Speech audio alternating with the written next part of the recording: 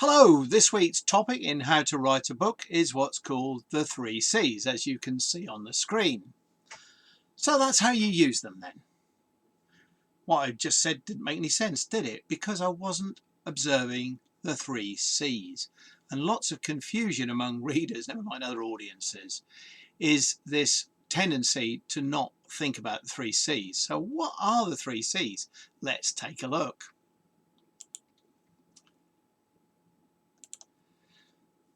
The 3 C's are the three initial letters of three wonderful words, and the first word is context. I don't know whether you've experienced listening to somebody in a conversation where all of a sudden you really don't know what they're talking about, and often it's not because what they're saying doesn't make any sense, it's just you don't know what the topic is, so to speak. And the same is often done by writers. It's quite a common mistake, I'd suggest. And the way you avoid making that mistake, we obviously want to get things right, is to ask yourself some questions, preferably before you put pen to paper, so to speak. So how can you set the scene, provide the background, identify the situation, or give some kind of frame of reference before you dive in to what it's all about?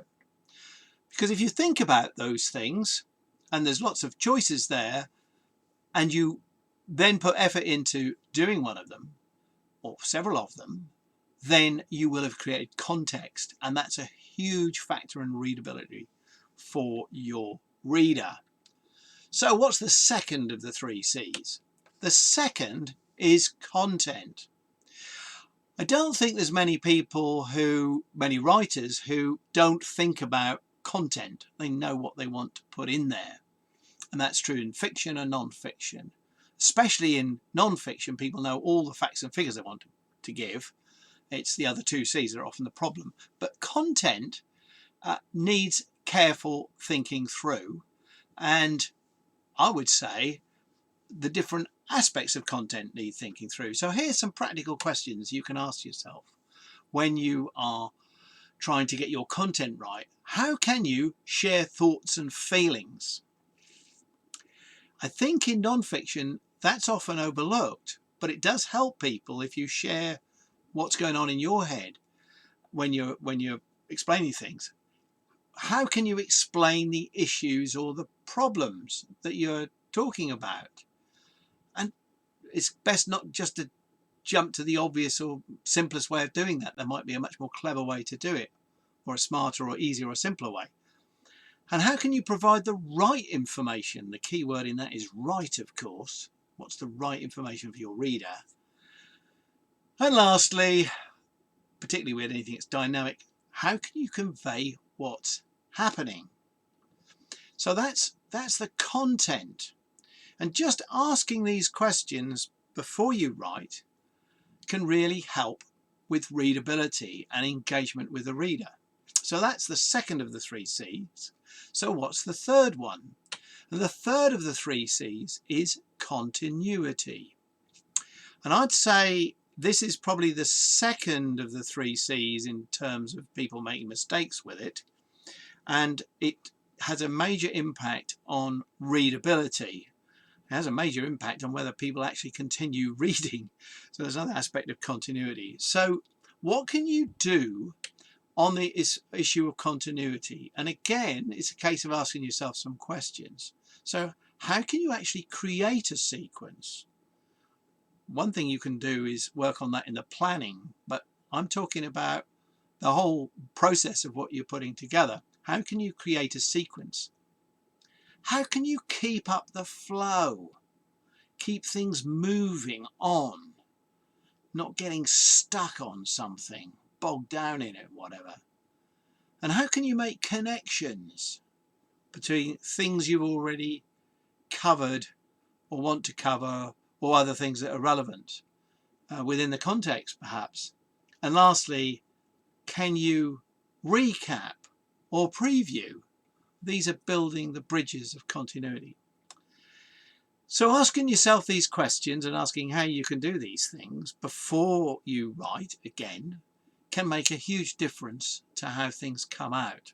rather than rushing to get the words down on paper. So that's the 3 C's.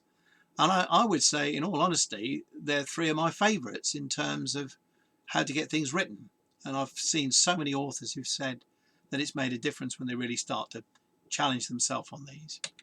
But, and this is the big but, rules are made to be broken sometimes, and you can also deliberately and consciously break the 3 C's. And when you do that, sometimes you engage your reader more, perhaps because you're teasing them. They don't understand the context. What's this all about?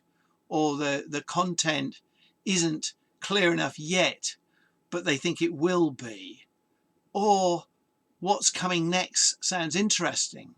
So you can engage, tease and hold by deliberately and consciously breaking the rules of the 3 C's. But I'd say you do need to do it deliberately and consciously and in a contrived way. Otherwise, readability just goes out of the window, and then you've got unhappy readers or readers that have gone AWOL. So there we are. That sums up today's particular session on the how to write a book, and in particular on the 3 C's. And if you found it interesting, there's a link to our author's part of the website, but you might also like to do something else, and that something else might be to look at the bottom right of your screen and subscribe. If you click on the bell, then that means you get notified, because these things come out every week and you'll get a reminder about them. It would be lovely if you liked what you saw, did likes. You can follow when you subscribe, and people don't always realise, but it's very important to realise that actually it's free. There's no charge on YouTube when you subscribe to a series, and by subscribing and liking and pressing the bell, then you don't miss anything. So I hope you found that useful. There'll be another one next week. There's also, in conjunction with this, another series I'm doing about how to promote and sell your book. They interleaved a bit, and that may be useful to you as well. Thanks for listening.